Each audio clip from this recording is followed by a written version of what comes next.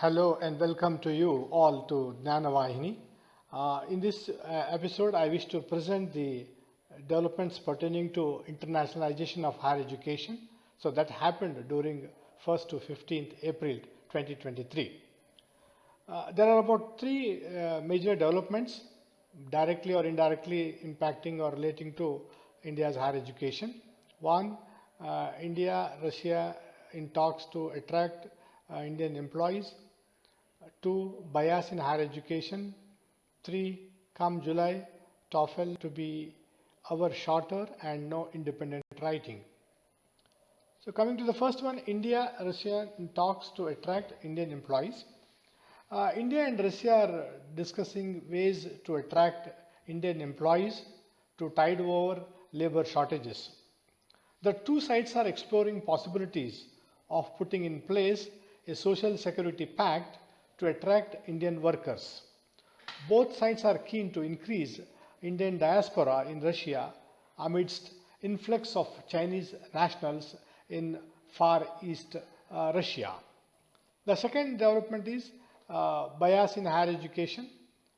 While the government's intention to allow foreign universities to set base in India is welcome, it ignores the issues of domestic institutions.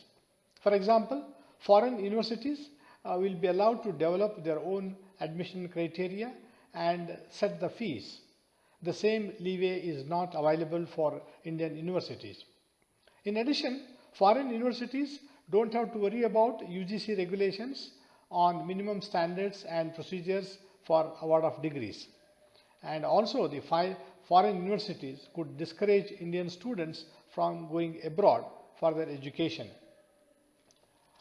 Political interferences and red tape have led to education institutions becoming devoid of passion and accountability.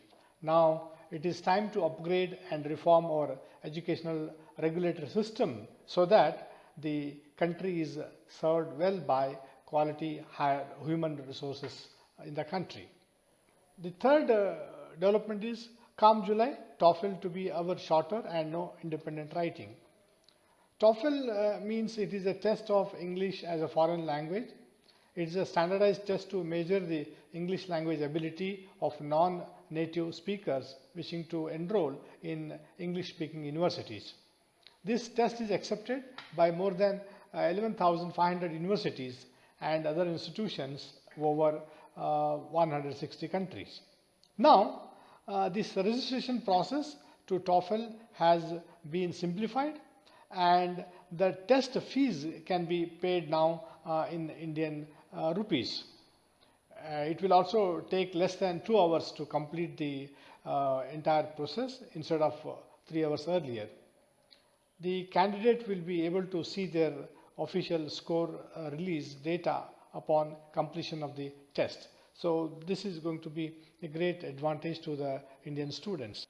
To sum up, India and Russia are discussing the ways to attract Indian employees to tide over labor shortages, and both sides are keen to increase Indian diaspora in Russia amidst insight of Chinese nationals in Far East Asia. While the government's intent to allow foreign universities to set base in India is welcome, it ignores the issues of domestic institutions that can be converted into universities. Third, the registration process for TOEFL has been simplified and the test fee can be paid in Indian rupees. These are the major developments in the domain of internationalization of higher education. Thank you all for listening to this video. Thank you.